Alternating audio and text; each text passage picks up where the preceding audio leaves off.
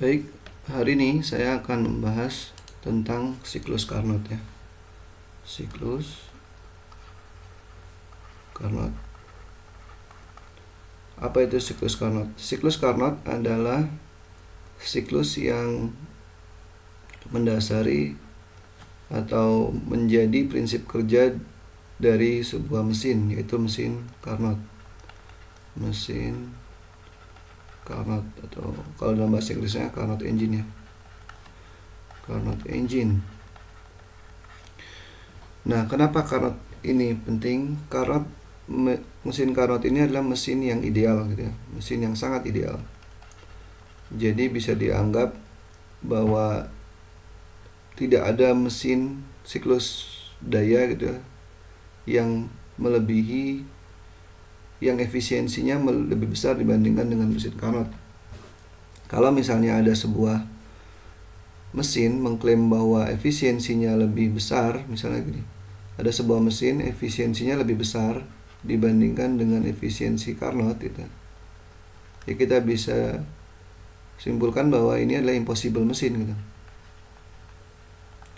impossible engine, mesin yang tidak mungkin. Tapi kalau misalnya efisiensinya sama dengan mesin Carnot gitu ya, nah ini yang paling besar gitu, mungkin ini prosesnya adalah reversible engine gitu ya. Tapi kalau misalnya kurang dari efisiensi Carnot, ya ini masih mungkin gitu ya, possible mesin gitu kan, irreversible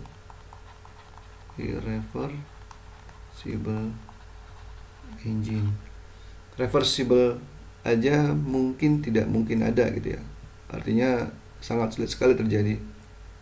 Nah, kalau lebih besar dari Carnot ya bisa kita asumsikan impossible, atau kita bisa asumsikan atau kita bisa anggap bahwa jika ada klaim bahwa ada sebuah mesin yang efisiensinya lebih besar dibandingkan dengan efisiensi Carnot, maka kita bisa anggap itu sebuah kebohongan atau penemuan baru gitu.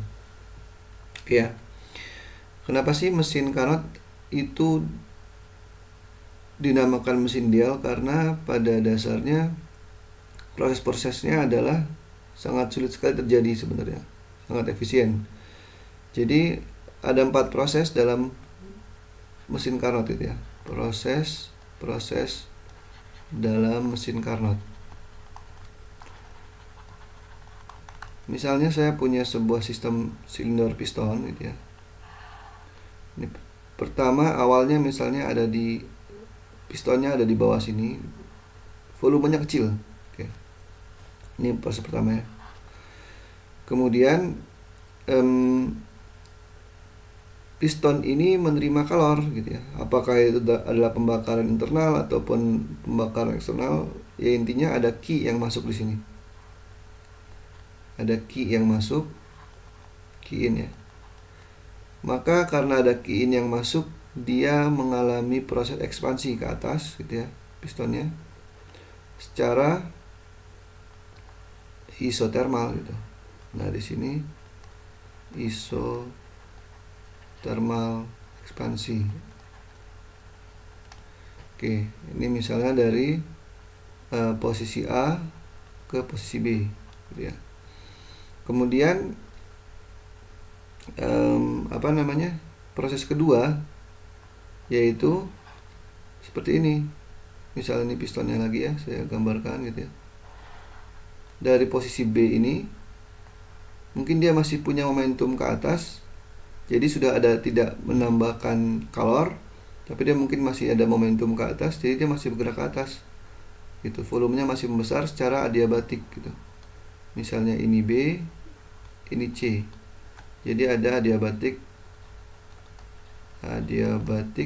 expansion ya, ekspansi adiabatik. Kemudian yang ketiga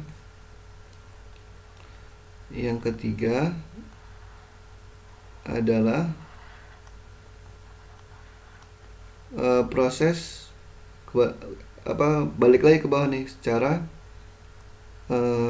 isotermal lagi. Jadi tadinya di C, di paling tinggi sini udah titik maksimum atas itu ya, dia bergerak ke bawah secara isothermal lagi gitu. Jadi setelah dia maksimum volumenya, kemudian dia balik ke bawah, volumenya mengecil, dia mengalami kompresi sambil dia membuang kalor gitu. Jadi makanya di sini disebut dengan isothermal kompresi isothermal ya. Gitu. Dan yang terakhir adalah proses di sini sebelumnya di sini membuang kalor nih. Gasnya membuang kalor, Q-nya keluar. Q out ya. Dan yang terakhir adalah balik ke tempat satu gitu. Dari ini adalah C, ini D ya. Kemudian yang terakhir, proses yang terakhir adalah balik ke tempat awal dari D ke A. Secara apa? Ya sama, dia masih punya momentum, tidak ada kalor yang masuk ataupun keluar, tapi dia mengalami kompresi. Akhirnya kita sebut dengan prosesnya adalah adiabatik kompresi.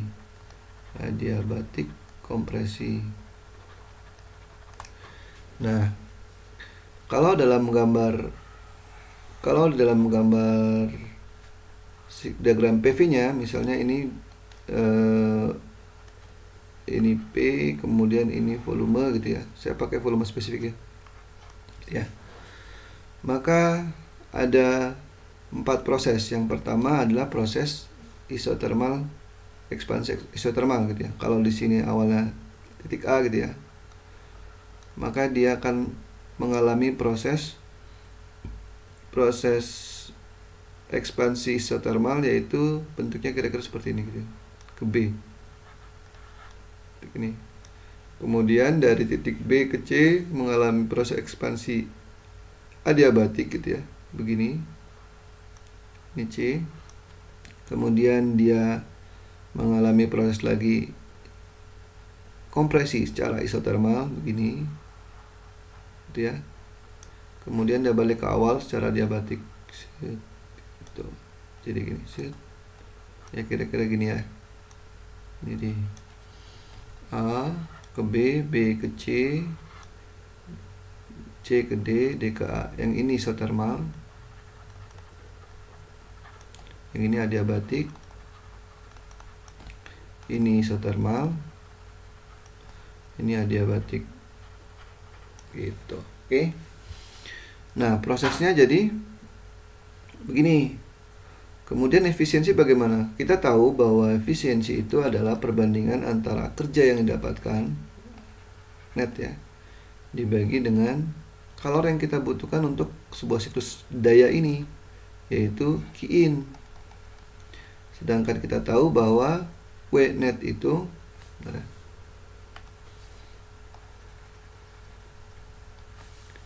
W net itu adalah Qin min Q out ya. Artinya, atau dibagi dengan Qin. Artinya adalah 1 dikurangin Q out per Qin. Ya. Nah, sekarang yang kita bahas adalah Qin dan Q out kan. Cuma ada 2 kalor di sini, adalah Q out dan Qin. Oke. Nah, Q out besarnya berapa? Q out itu sama dengan, di mana Q out? Q out itu ada di sini nih, Q out. Ini kan Q out ya. Ini Qin. Sorry. Terus saya hapus dulu ya isothermalnya. Jadi saya bisa nulis Q out di sini. Gitu ya. Jadi di sini ada Q out. Sedangkan di sini ada Qin. Kan Q out itu di sini. Q out berarti di dalam proses Q out ini berlangsung secara apa? Coba dari C ke D. DC ke D isothermal ekspansi. Kalau misalnya yang namanya isothermal berarti N RT ln apa? VC gitu ya, per VD gitu ya. Saya anggap biar positif ya gitu ya. Sebenarnya kan mutlak nih. Ya. Hanya perbandingan gitu kan. Sedangkan Qin sama juga. Qin itu sama dengan N RT ln VB per VA ya. VB per VA. Tuh. Jadi kalau kita masukkan kedua persamaan dalam definisi efisiensi, maka efisiensi mesin Carnot ya itu sama dengan 1 dikurangin Q-out N RT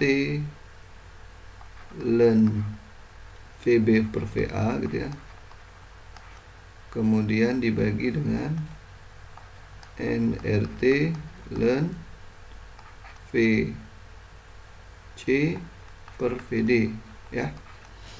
Nah, kita lihat nih yang Q-out ada di sini dan dia berlangsung isotermal. Isotermal artinya temperaturnya konstan kan? Berarti di sini adalah TL misal. Yang ini juga sama kan, isotermal konstan juga, berarti di sini kita anggap TH. Maka saya bisa tuliskan di sini TL TH. Ini bisa kita coret nih, NR sama kan. Ada dua term lagi nih, VB dan VB per VA dan VC per VD. Oke. Nah, sekarang masih ada nih ln VB per VA dan VC per VD. Kita lihat proses dari B ke C. Proses dari B ke C ya. Itu kan adiabatik. Kalau adiabatik berlangsung proses bahwa TB kali VB pangkat K-1 sama dengan TC kali VC pangkat K-1.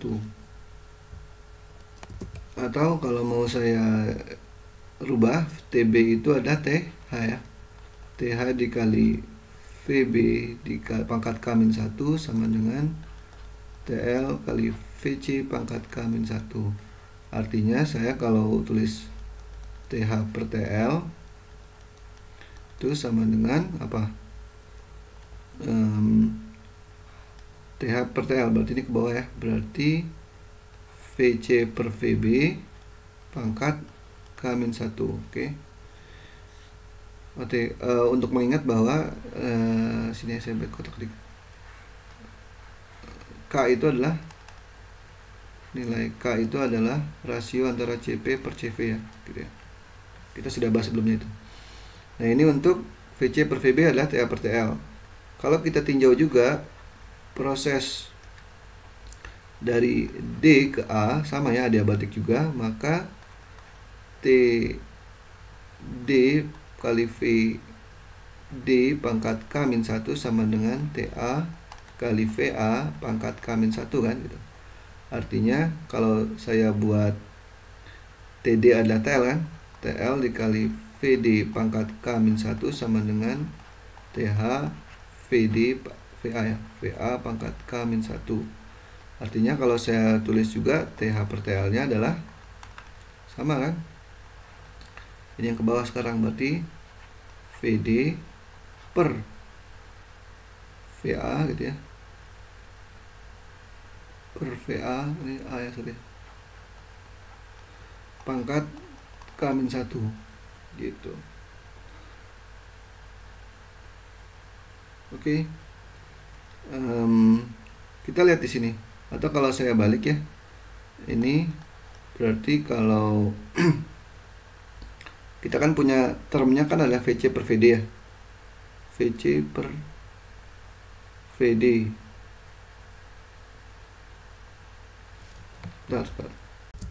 Oke, sorry, begini maksudnya.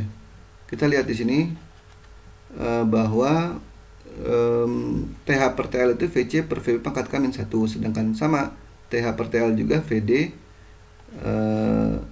VD per VK pangkat -1. Nah, kalau saya tuliskan kan ini kan TH per TL sama TH per TL, berarti saya bisa tuliskan VC per VB pangkat K-1 itu sama dengan VD per VA pangkat K-1. Duh, mau tempatnya ya, sebentar. Saya buat kecil aja ya.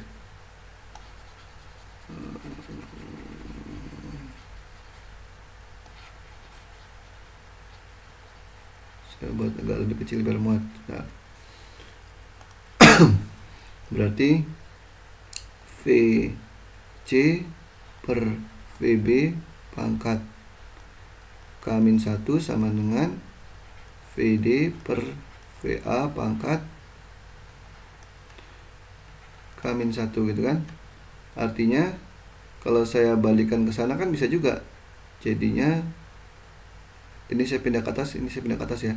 Jadinya ini VC per VC per VB ya. Ini VA per VD. VD dulu sorry. Ya, saya ulang lagi ya. Saya hapus dulu ya sebentar. Jadinya saya tulis ulang bahwa VC per VB pangkat K-1 sama dengan VD per VA pangkat K-1 ya. K dikurang 1. Oke. K dikurang 1. Artinya kalau saya tuliskan bahwa saya bisa juga tuliskan bahwa VC per VB VB per VA, ini saya pindah ke atas ya. VB per VA sama dengan VB per VA pangkat K-1 sama dengan apa nih? Ini pindah ke sana berarti VA per VB ya. VB per VA VB per VA sama dengan ya, sama dengan VC per VD pangkat K-1 cepat sekali ya. Artinya kan VB per VA sama dengan VC per VD kan gitu.